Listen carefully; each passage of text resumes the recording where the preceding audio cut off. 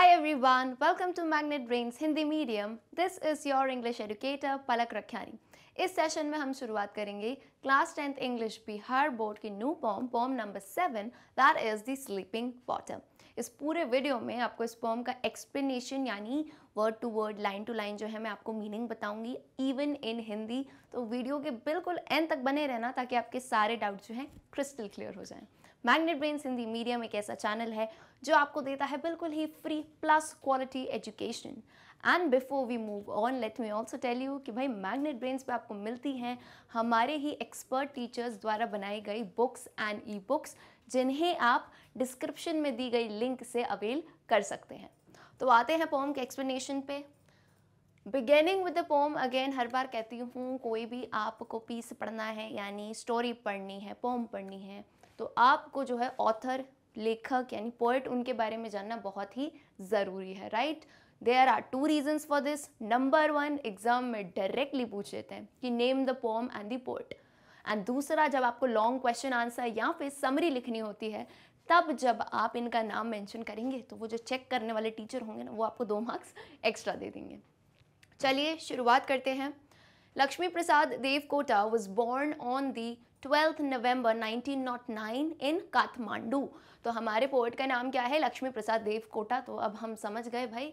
और ये कहाँ पैदा हुए थे? काठमांडू में. काठमांडू आई होप आप लोगों को नॉलेज होगा ये नेपाल में है. नेपाल की राजधानी यानी कैपिटल है Kathmandu. He obtained a Bachelor of Arts degree from the Patna University in 1909. लेकिन इन्होंने जो पढ़ाई की अपनी पटना से ही की है भाई. नेपाल और हम बहुत ही पास हैं भाई. तो इन्होंने जो है पटना यूनिवर्सिटी से 1929 में बैचलर्स ऑफ आर्ट्स यानी BA की डिग्री ली है. He was a renowned poet and story writer of his time. यानी वो अपने टाइम के जो है बहुत ही प्रसिद्ध स्टोरी राइटर रहे हैं. In 1948, he presided over the first National Poetry Festival of Nepal organize by Nepali Sahitya Parishad. ये कुछ डिटेल्स दिए हैं इनके बारे में तो इनको क्विकली से रीड करते हैं. Immediately after this poetry festival, he exiled himself to Varanasi, India, to edit Yugwani, the voice of the age, which was a mouthpiece of the Nepali Congress. In Nepal, his house and properties were confiscated by the government. अब देखो आपको मैं बता दूं यहाँ पे सबसे पहली बात बताइए कि उनके टाइम में उन्होंने जो है फर्स्ट नेशनल पोएट्री में वो थे और वहीं से वो जो है उन्होंने खुद को एग्जाइल किया. जैसे ही मतलब फेस्टिवल ख़त्म हुआ एग्जाइल्ड हिमसेल्फ यानी खुद को वहाँ से जाने के लिए एकदम से जैसे वो ख़त्म हुआ और वहाँ से वो निकल गए थे वाराणसी के लिए टू एडिट युगवाणी. युगवाणी उस टाइम की ऐसे रहता the voice of the age यानी उस युग की आवाज़ काइंड ऑफ थी जो कि नेपाली कांग्रेस का माउथपीस. माउथपीस क्या होता है? आप ऐसा कुछ भी समझ सकते हो. कोई एक इंसान है या कोई न्यूज़पेपर है anything that a particular group uses to express its opinion यानी उसके थ्रू वो आपको चीज़ें बताएंगे. जैसे भाई मैग्नेट ब्रेन्स आपके लिए एक माउथपीस है. कैसे कि हम इतनी सारी जो है आपको डिटेल्स दे रहे हैं पढ़ाई करवा रहे हैं through this medium free of cost. So this is the thing right. बहुत ज़्यादा इसमें क्वेश्चन नहीं आता बट आपको मेन जो है पोएट का नाम याद रखना है और उन्होंने कब बैचलर्स डिग्री करी कब क्या किया दैट्स इट. ओके, तो ये पोएट के हमारे फेस भी हैं. चलिए now beginning with the actual poem. तो आप लोगों को एक चीज़ हमेशा करनी है जब भी मैं पढ़ाती हूँ पोम की your books panorama part 2 with you. Why? क्योंकि मैं कुछ वर्ड्स की मीनिंग बताऊंगी. फिगर ऑफ स्पीच यानी जिन्हें हिंदी में हम अलंकार कहते हैं वो आप खुद से कैसे पहचान पाओगे तो उसमें आपकी मदद करूंगी. So these all things you need to note down in your book. Beginning with the sleeping porter. अब सबसे पहली बात मैम स्लीपिंग तक तो समझ आता है. स्लीपिंग तो हम सबको अच्छे से समझ आता है सोना. लेकिन अब ये पॉटर क्या है भाई? तो बेटा तुमने अगर बहुत ही सिंपल लैंग्वेज में बोलूँ तो कूली वर्ड सुना है. कूली. कूली कौन होते हैं भाई? जो ट्रेन वगैरह में आप जाते हो तो सामान उठाते हैं आपका. तो वैसे ही पॉटर एक कूली टाइप का होता है यानी ऐसा कोई इंसान जो आपका लगेज कैरी करने में आपकी मदद करे दैट इज़ अ पॉटर. है ना, एक जगह से दूसरी जगह आपको लगेज ले जाने में गाइड करने में आपको मदद करे दैट इज़ अ पॉटर.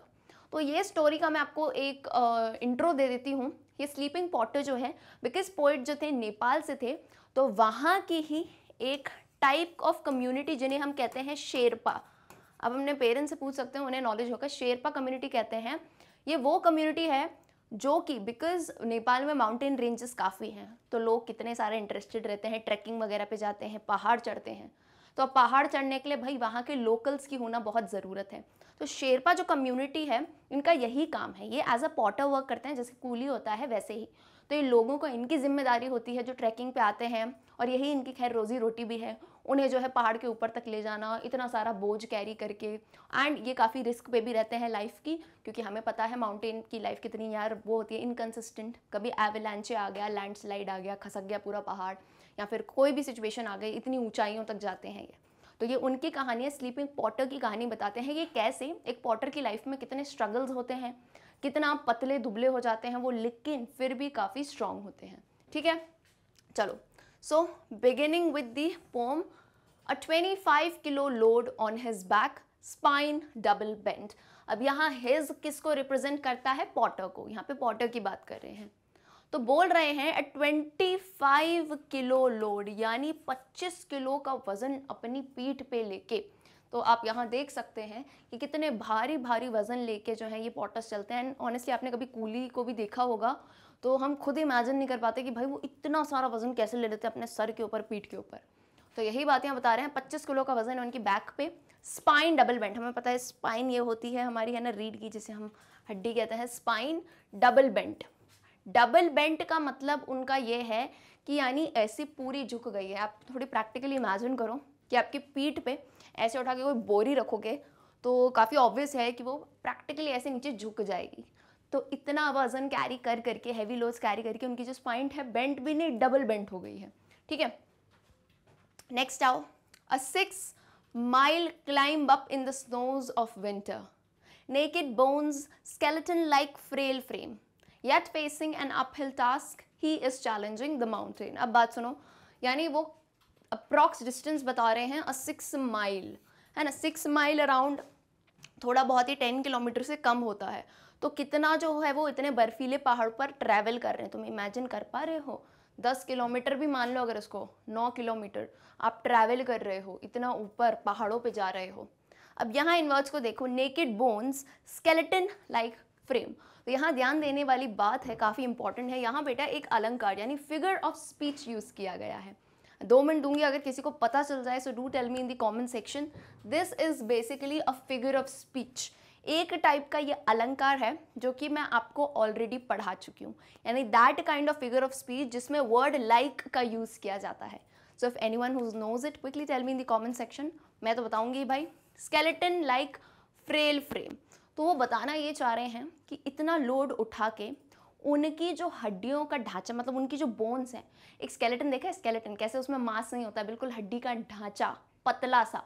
तो उन्हें ये कंपेयर कर रहे हैं, उनकी हड्डियों को, उनके शरीर को कंपेयर कर रहे हैं एक हड्डियों के ढांचे से। Skeleton like frail frame, frail frame basically क्या हो जाता है, बिल्कुल ही जो है आपकी बॉडी कमज़ोर सी हो जाती है। सो स्केलेटन लाइक, तो लाइक यूज़ किया गया है। This kind of figure of speech is known as simile. जिसने ये आंसर दिया है, वेरी गुड। सिमिली क्या होता है, इसको हिंदी में जो है हम, I think as far as I know, इसे हम उपमा अलंकार भी कहते हैं, and if I am not wrong. तो सिमिली का मतलब क्या होता है, जब भी आप किसी चीज़ को दूसरी से कंपेयर करो, ध्यान से सुनना, whenever you are comparing one thing from another using the words, आप कुछ इन वर्ड्स का इस्तेमाल करते हो जब, लाइक या एज, है ना। Skeleton like frame, as brave as a lion, so you are comparing things, so that kind of figure of speech is simile। तो यहाँ पे जो फिगर यूज किया गया है वो एक सिमिली है, skeleton like frail frame, so you can surely mark this। ये क्या है, ये एक फिगर ऑफ स्पीच है, because you guys are in class 10th, तो बहुत ही ज़रूरी है फिगर ऑफ स्पीच को पहचानना। ठीक है, चलो, I hope this is clear. आगे आते हैं नेक्स्ट 2 लाइन्स पे। Yet facing an uphill task, यानी उसका शरीर ऑल्दो इतना कमज़ोर हो चुका है, स्केलेटन लाइक हो चुका है, फिर भी yet facing an uphill task. अब अपहिल का 2 मतलब होता है, एक तो मतलब होता है अप द हिल, हिल के ऊपर चढ़ना, तो एक मतलब तो वो भी हुआ है यहाँ पे क्योंकि वो प्रैक्टिकली पहाड़ चढ़ रहा है। जब हम टास्क से रिलेटेड अपहिल की बात करते हैं तो उसका मतलब होता है needing a lot of effort, यानी ऐसा कोई काम जिसमें आपको बहुत ज़्यादा मेहनत करनी पड़ती हो। फॉर इंस्टेंस ऐसा कोई सब्जेक्ट जो आपको बहुत डिफिकल्ट लगता हो तो उसको पढ़ना is like an uphill task for you. For instance किसी को अगर केमिस्ट्री बहुत डिफिकल्ट लगती है तो वो कहेंगे studying chemistry is an uphill task. So over here यही बताया है पोइट ने, he is challenging the mountain, यानी वो माउंटेन, पहाड़ तक को चुनौती दे रहा है।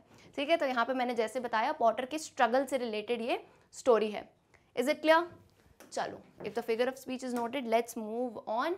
अब अगेन आपको बता दूं कि मैं आपको हिंदी ट्रांसलेशन देती हूँ, लेकिन पूरी पोम मैं वैसे ही हिंदी में समझा रही हूँ, पहली बात। दूसरी बात, in examinations you don't have to write Hindi in your English exam, so कोशिश ये करो कि इसकी आपको कम ही ज़रूरत पड़े, ठीक है। अपनी पीठ पर 25 किलो वजन लिए रीढ़ की हड्डी दोहरी मुड़ी हुई है।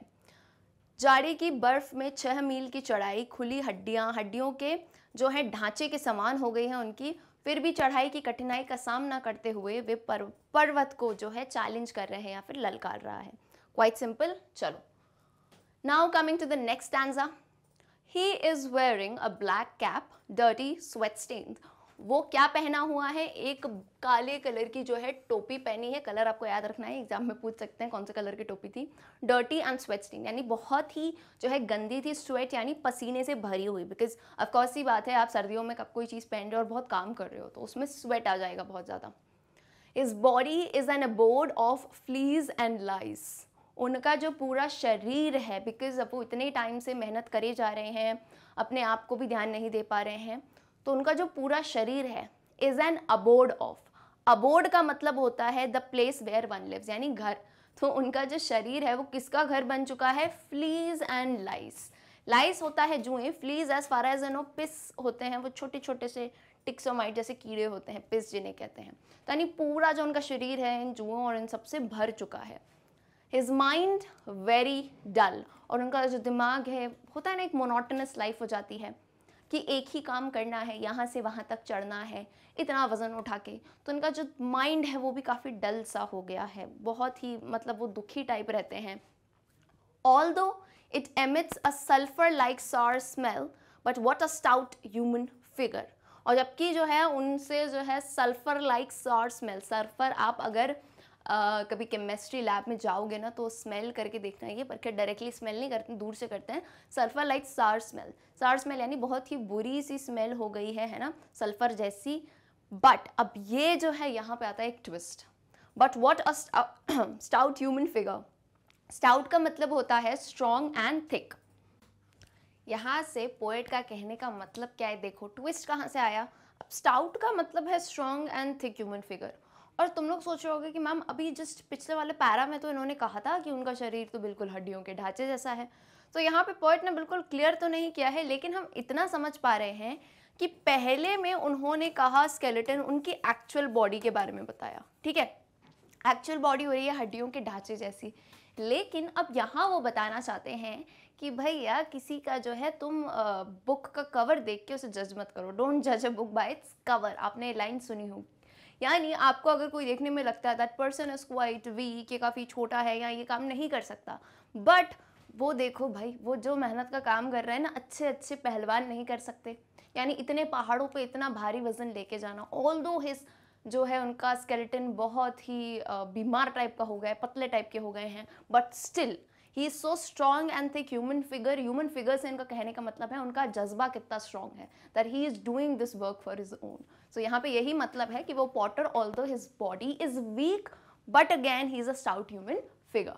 ठीक, I hope it is clear. बात समझ आई कि पहले में उन्होंने एक्चुअल बॉडी फिगर बताया पर कहा don't under estimate the power of a Potter. तो यानी पॉटर जो है कितना बढ़िया काम वो करते हैं, इतने पहाड़ पे चढ़ना इट्स नॉट वेरी इजी। देखो हम तो कभी आई डोंट नो किसी ने ट्राई किया हो, ट्रैकिंग पे जाओगे बहुत थक जाते हैं भाई, इट्स बहुत डिफिकल्ट हो जाता है वो।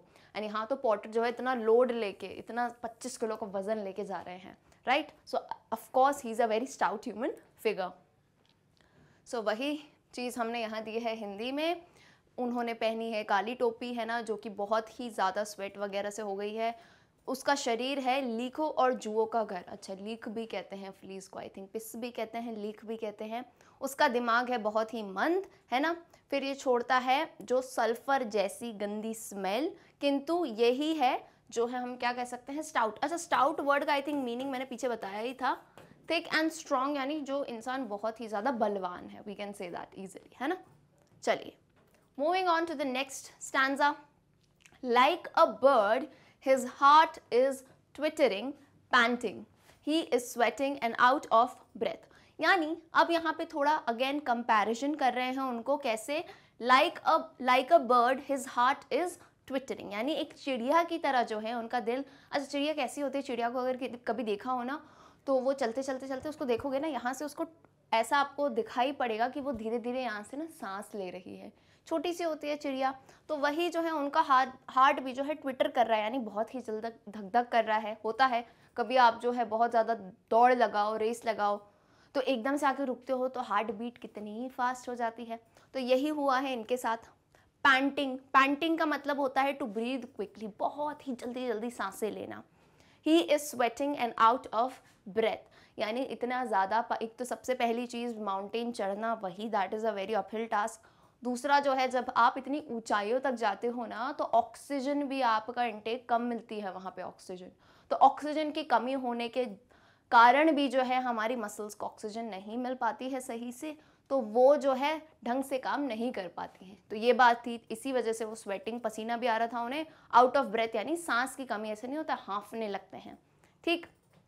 अ hut on the cliff, his son shivering with cold was of hunger, the mother searching for nettles and vines. A hut on the Cliff, यानी वहीं पे क्लिफ जो है उधर पे एक हट, यानी हम क्या कह सकते हैं, एक झोपड़ी टाइप की बनी होगी, है ना, जहाँ पे वो रहते होंगे। अ हट ऑन द क्लिफ, एक झोपड़ी टाइप, ऐसे मान लो झोपड़ियाँ देखी होंगी आपने, है ना, सिंपल सी झोपड़ियाँ बनी रहती हैं। अब ये लिखा है हिज सन शिवरिंग, तो काफ़ी ऑब्वियस सी बात है कि यहाँ उनकी माता जी की बात हो रही है।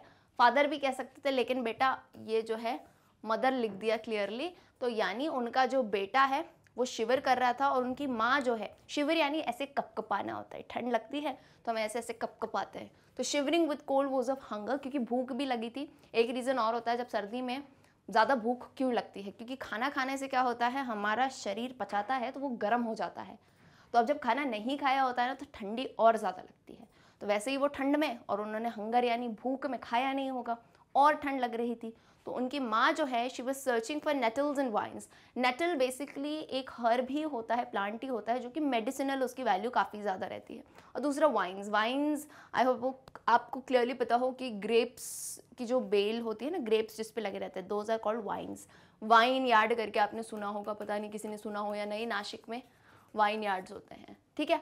तो यानी खाने की चीज़ों की वो तलाश कर रही थी, और वहाँ जो अवेलेबल होगा उन्हीं का नाम यहाँ दिया गया है, ठीक है। क्लियर है कैसे कंपैरिजन किया है, पहले में और दूसरे में उनकी माता जी को इंट्रोड्यूस करवाया है। ऑल राइट, पक्षी की तरह उसका जो है दिल धड़क रहा है, वो हाफ रहा है एंड पसीने से भीगा हुआ है, ठीक है। अब बाकी जो है क्या बता रहे हैं कि उनका जो पुत्र है, उनकी माँ आती हैं देखने, उनका पुत्र जो है वो कपकपा रहा है ना। माँ खोज रही हैं, जो एक चिपचिपा पौधा कहा गया है, बट आपको इतना मैं तभी कहती हूँ, बहुत प्रॉपर उसकी हिंदी में मत जाओ। ये जो है नेटल है, एक मेडिसिनल हर्ब है। और जो है अंगर की लता, मैंने कहा था ना अंगूर की जिसमें ग्रो करते हैं, वो बेल होती है, that is basically a wine. WINE wine नहीं है, ये VINE वाइन है, याद रखना, ठीक। चलिए नेक्स्ट आते हैं लास्ट स्टैंजा पे। Beneath this hero of the mountain, the proud conqueror of nature, are the snow-clad peaks above, only the star-studded lid of night. In this night, the potter is in deep slumber, reigning over the rich kingdom of sleep. यानी beneath this hero of the mountain, यानी ये जो hero of the mountain, यहाँ hero किसे कहा गया है mountain को, जो हमारा पॉटर है। यानी इतना बड़ा माउंटेन जो है वो पूरा घूम लेता है, चढ़ लेता है, उतर लेता है, तो उसे हम वहाँ का हीरो मानते हैं। The proud conqueror of nature. Conqueror क्या होता है अब बेटा? कॉन्करर जो कॉन्कर कर ले। कॉन्कर मतलब होता है जीतना, किसी पे विजय पाना। तो विजय पाना यानी वो हो गया कॉन्करर ऑफ नेचर, यानी नेचर यानी जो हमारी प्रकृति है उसको जीतने वाला। Are the snow clad peaks above only the star started lid of night. अच्छा, स्टार स्टार्टेड लिड क्या होता है समझो। आसमान को देखोगे, खैर आजकल तो काफ़ी कम हो गए हैं तारे वगैरह, लेकिन आप कभी ऐसे क्लियर इन्वायरमेंट्स में जाओगे ना, जैसे माउंटेन्स वगैरह के आसपास, तो वहाँ पे स्काई काफ़ी क्लियर रहता है, क्योंकि कंपैरेटिवली पोल्यूशन कम होता है। तो वहाँ पे आप देखो ना, बहुत सारे सितारे रहते हैं आसमान में। तो स्टार स्टार्टेड लिड। अब लिड हम कैसे कहते हैं? लिड हम ढक्कन को कहते हैं। जैसे मान लो कोई कुकर है, तो कुकर का लिड है, ढक्कन, ढक दिया। तो वैसे ही star started lid of night ऐसा कह रहे हैं। आप जो ऊपर आसमान देख रहे हो वो एक ढक्कन जैसा है। किसका ढक्कन? जिसमें सितारे लगे हुए हैं, ठीक है। इन दिस नाइट, और इस रात में, यानी रात की बात आ चुकी है हम, the Potter is in deep slumber. Slumber क्या होता है? एक शॉर्ट स्लीप जिसे हम कहते हैं, है ना, तो वो गहरी नींद में है। Reigning over the rich kingdom of sleep. अब वो किस पे राज कर रहा है? पहले तो वो जो है इस माउंटेन पे हीरो था, वहाँ राज किया। अब इतना थक गया वो दिन में, इतना टायर्ड हो गया है। और ऐसा होता है, किसी दिन आप अगर बहुत ज़्यादा काम करोगे ना, तो उस दिन इतनी मस्त नींद आती है, इतनी मीठी डीप नींद आती है, कोई सपना भी नहीं आता। तो that is the same thing with the Potter. अब जो है वो नींद में जाके नींद पे शासन कर रहा है ना, अपना किंगडम ऑफ स्लीप पे, रिच किंगडम ऑफ स्लीप पे रीनिंग यानी होता है बेसिकली राज करना। ठीक है, आई hope it is very clear कैसे एक पॉटर की कहानी बताई गई है कि वो कितना वीक भी हो, इतना ज़्यादा वजन उठाता हो, स्केलेटन जैसी बॉडी हो, लेकिन अगेन उसका जो जज्बा है, हौसला है, वो उसको वो काम करने देता है, उसकी रोज़ी रोटी है वो। और कैसे उसकी मदर जो है अपने बेटे को फीड करती है नेटल्स एंड वाइन से।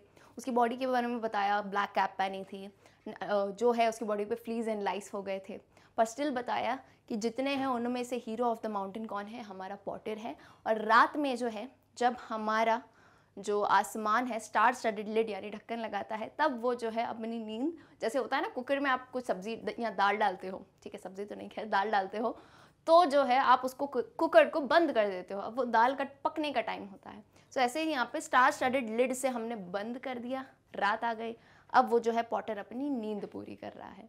It is very clear. चलिए भाई, पर्वत के इस नायक, प्रकृति के गर्वीले विजेता के नीचे है वे बर्फ में लिपटी चोटियाँ, है ना, केवल रात के तारों से जो है ढक्कन है, से गूंथे ढक्कन, इस रात में वह कूली है गहरी नींद में। कूली बेसिकली कहा जाता है पॉटर को हिंदी में, नींद की समृद्ध साम्राज्य पर शासन करता हुआ। ठीक है, so with here we end the sleeping porter poem का एक्सप्लेनेशन। आई होप सारे डाउट्स जो आपके क्लियर हो गए होंगे। पोम कैसी लगी? Do tell me in the comment section. Video पे लाइक, सब्सक्राइब, शेयर करना बिल्कुल भी मत भूलना। आपको फिर से बता दूं भाई, these are all are top courses Magnet Brains का channel in both the mediums, English medium and Hindi medium. And ये जितने भी आपको कोर्सेज दिख रहे हैं बेटा, सब ही फ्री हैं एंड विथ क्वालिटी एजुकेशन। तो आप अगर हमसे कनेक्टेड रहना चाहते हैं तो बता दूं, हमारे सोशल मीडिया हैंडल्स भी हैं, you can subscribe over there, you can stay connected. See you all in the next session, जिसमें हम इसी पोम के क्वेश्चन आंसर्स को डिस्कस करेंगे। See you all till then, good bye.